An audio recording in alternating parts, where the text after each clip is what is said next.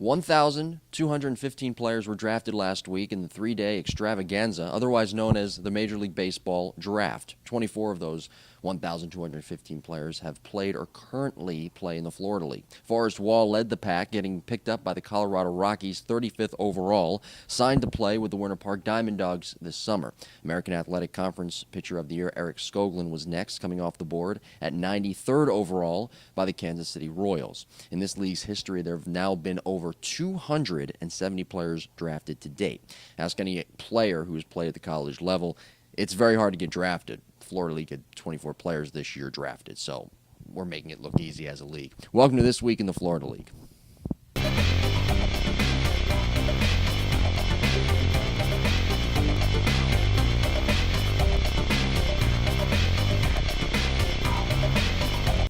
Welcome back to This Week in the Florida League. I'm Jim Tarabokia. So imagine yourself on deck as a hitter about to face a guy who throws 90 to 93 miles per hour and sometimes drops down to a three-quarter arm slot or can throw over the top and throw off your timing.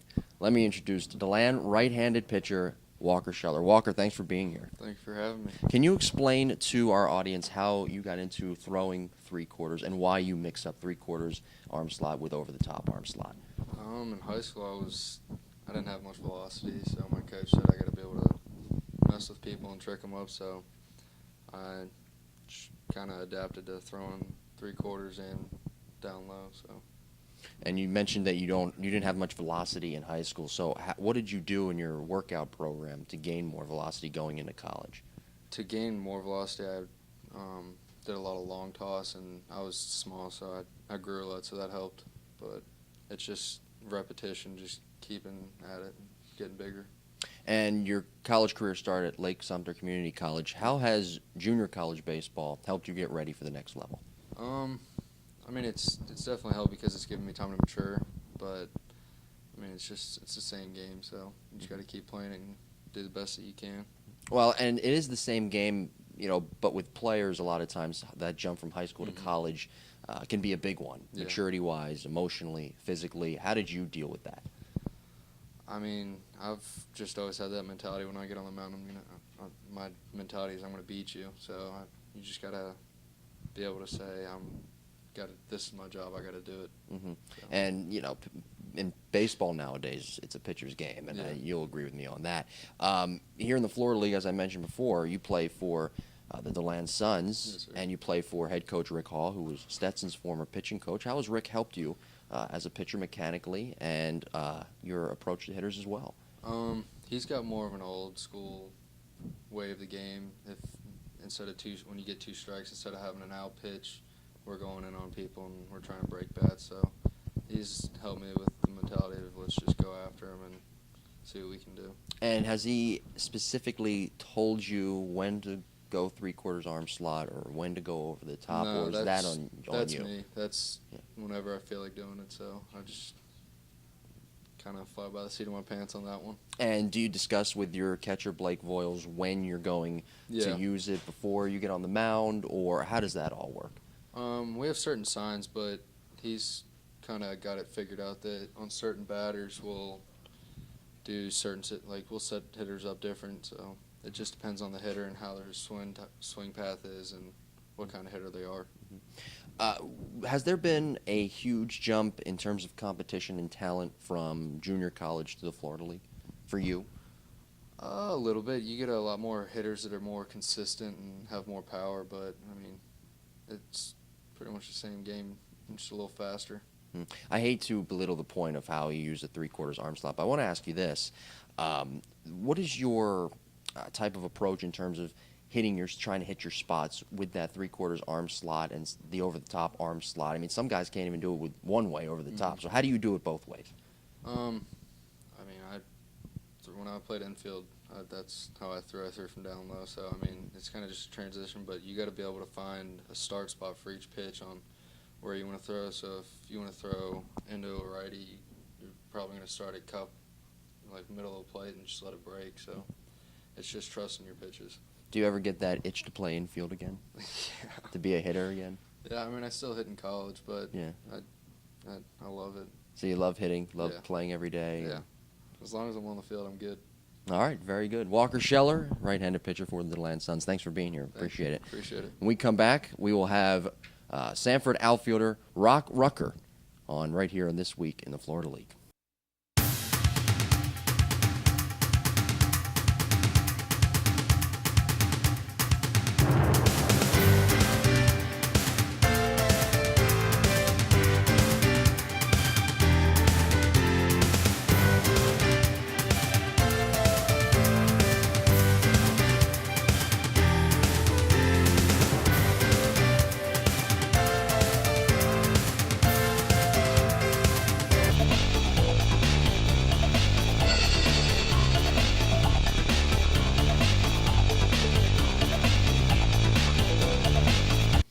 I love talking to our next guest. He has a great personality. He knows his sports. He loves basketball, and he'd love to start an NBA team with Kevin Durant.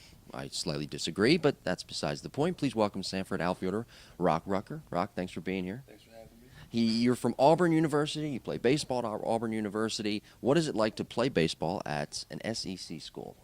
First off, it's a blessing because it's, in my opinion, the best conference in America in any sport. But baseball, it's nice, and we work every day, work hard.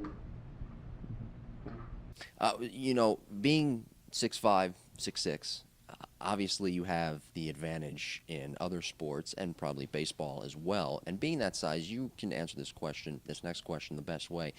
What is it like for a 6'6" guy to play the game of baseball? Is it easier than a guy who, say, is my size at 5'10"?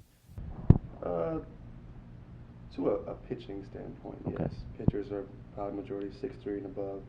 But playing the field is a little bit more tough for a guy my height. But we adapt and we adjust. Yeah.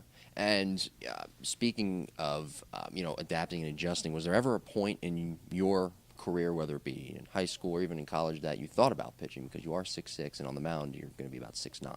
Well, when I got to my senior year in high school, my senior coach, Tony Rasmus, he used to follow Kobe Rasmus, the Blue Jays center fielder. He told me that at the end of the day, you're 6'6", and you're gonna make your money on the mound, so you better figure it out and try and make a living. Mm-hmm.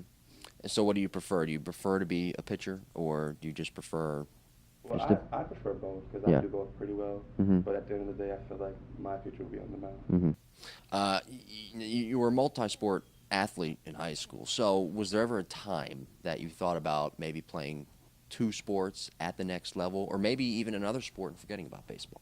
Well, my dad played professional basketball for the Milwaukee Bucks, Mhm. and I was that kid at 7 in the morning shooting free throws until the school bus came. So if I would have put the time and effort, I could play basketball Mhm. at the D1 level. Yeah. Was there any offers, any letters that came in from coaches saying, "Hey, we're really interested in having you play for us on the court"? Not really, because I stopped playing basketball after my junior year because I focused on baseball my senior year. But I had an offer from Young Harris Mhm. College, just a small Junior college in Georgia. in Right, Georgia, right, yeah. right, right. But that was only when I was a sophomore. But Mhm. if I would have put time and effort, I guess I could have a little bit more. Yeah, yeah. And you played football in high school as well? I played quarterback, I did, Mhm. but then I had a little incident where I almost broke my forearm, so Dad said pick two. Yes. I picked baseball. So you picked baseball and basketball. My question now here, being in the Florida League, playing for the Sanford River Rats, you get a chance to play for Ken Kelly, a guy who spent many seasons at Georgetown. What is it like playing for a top-level former college coach? Yeah, this is my second year with Coach Ken Kelly, and the first year it was a lot. Being a freshman, Mhm. coming into my first summer season, but this year, I'm taking a lot in, learning. Like we do a lot of plays, pick-off plays, bunt plays, a bunch of stuff that you don't really realize it helps in the long run, Mhm. like when we get to the playoffs and whatnot. But I guess it's nice to have a guy with great tutelage you can take in a lot and learn from. What are you trying to fix here in the Florida League, or what are you trying to work on that you want to take back to Auburn? I would guess, I would say it'd be my pitching, being more consistent on the mound, throwing more strikes. Mhm. Because I think I would probably be looking at a starter role at my return for my junior season. Mm-hmm. So, in terms of pitching, is there ever that fear in your mind that you might be overthrown by a coach and you might hurt your arm? Does that fear ever come into your mind? Because if that happens, it might hurt your chances in the outfield as well. Not really. I kind of just do my thing on the mound and let my talent speak for itself and just play the game, let my talent, Yeah. my knowledge of the game help me in the long run. So are you excited to get back to Auburn after this season? Because obviously this is playing in this league is going to help you get better. Yeah, I'm very excited to return to school. Mhm. Return for my junior summer.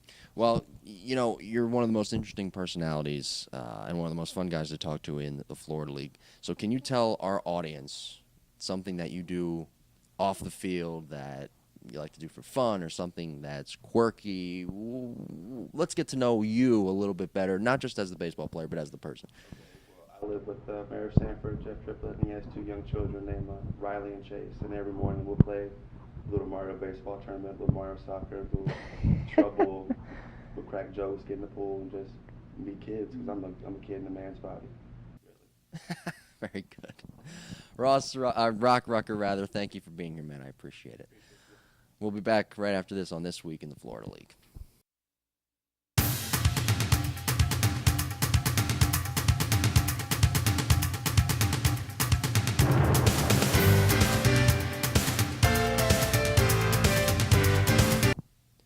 A big thank you to all of our presenting sponsors, the YMCA, Gators Dockside, Inside Credit Union, Bright House, Orlando Sanford International Airport, Bishop Beal, and Health Central Hospital.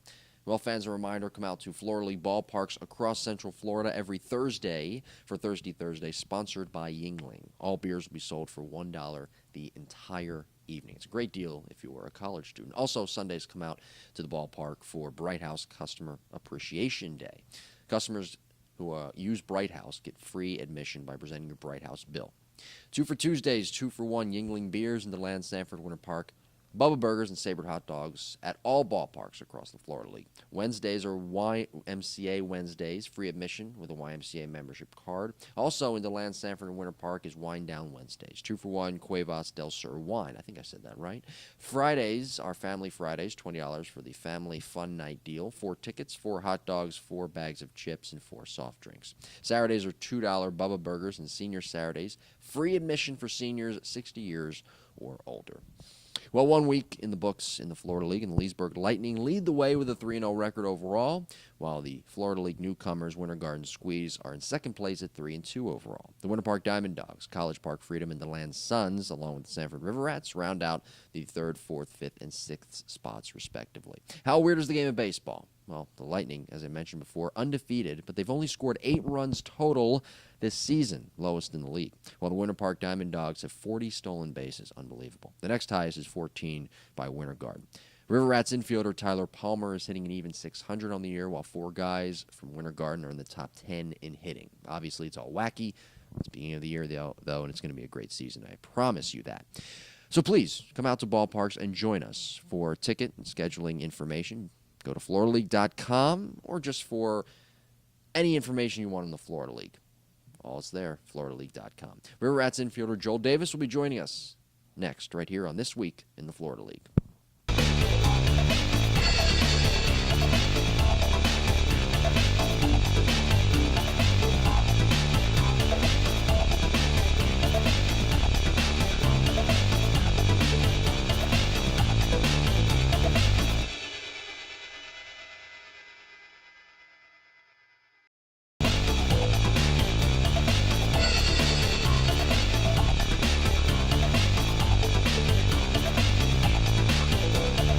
Welcome back to This Week in the Florida League. I'm Jim Taraboki. Thanks for being here with us. Next up, we've got Sanford infielder Joel Davis joining us on set. Joel, thanks for being here. He was freestyling before we started, so I got a little piece of that. That was a lot of fun. You're off to a great start this season. Was there an adjustment you made before the season started? I guess you could say I hit a little bit differently in junior college. I had my hands up a little bit more, and I've been trying to work my hands down to make it more consistent. I mean, I batted really good in junior college, and just making my hands more consistent is going to help in the long run, you know. And I still don't feel comfortable, so I'm pretty happy with the way I've been hitting right now. I love asking baseball players this question. Do you feel that hitting is the hardest thing to do in all sports? I don't see why not. I mean, yeah, yeah, I'd say it is. And I asked that first question because you said you're making adjustments and you made adjustments coming into the year, and you're still hitting over 400. How hard is it for a player who wants to make these type of adjustments and then take it to the game without going up there and thinking about it? My motto has always been swing the bat as hard as you can. If you hit the ball, then it's going to be good. If not, you got to keep on going and, making adjustments. The biggest thing is to not get in your head and just keep on working through it, because changing your hands or changing anything while you're hitting is going to be a process. And there's going to be a bunch of failure, and you just have to be able to move past it and keep on working to the goal. And how do you deal with that failure day in and day out? Always be positive, joke around, I always like to I'm really loud on the team, so I always like to joke around with everybody, especially Rock and Tyler and all the teammates. It's a lot of fun to mess with them. Yeah, you go to Seminole State College in Oklahoma. Yes, sir. So what is it like in Oklahoma compared to here in Florida? I'm sure the temperature's similar. Yeah. Well, the rain, that's Yeah. the biggest thing. We don't get as much rain as this. 5 days rain out, five rain out days in a row is pretty crazy. Plus, the field was underwater, and we were sitting there, and I was like, in Oklahoma, it's rained out, and the guys are like, oh, we can play, and I'm like, are you serious? There's no way we can play without blowing an ACL. But the weather's pretty much the same, except we have a lot more wind in Oklahoma and not so much humidity. Mm-hmm. What is your next step after junior college? Hopefully, the draft, everything works out good in the draft, but other than that, I'll make my decision in the fall to see where I want to keep on playing. At your high level, how talented all you guys are, all three of you on today's show, and of course everybody else in the Florida League, you all want to get drafted. And the thing about it is the draft is such a crapshoot, you just never know. How do you put that in back of your mind and just worry about playing this summer and having success? One thing I've always been told is you can't control what happens, and God has a plan for you, whether you don't know what it is, So really, you just gotta keep playing. You only get to play once. Mm-hmm. So. Yeah, you play for Coach Kelly here in Sanford, and I asked Rock the same question. I'll ask you the same question because we had him on the show last week, Coach Kelly, and he's a great interview, and he has so much knowledge about the game of baseball. What have you learned off of him? I've learned a lot of stuff. Base running, hitting, fielding. He's a man of a lot of knowledge, and it's fun to talk to him, pick his brain and figure out what he thinks, what his philosophies are. So, he's really helped me make my game even better. And has he helped you with your hitting adjustments? Yes, he has. Yeah. And what other adjustments are you trying to make before the season ends? Get faster. That's always something to do, Mm-hmm. I don't know. Stay healthy. That's Yeah. always something I want to do, too. Yeah. All right, Joel, thank you for being here. We'll wrap things up right after this on This Week in the Florida League.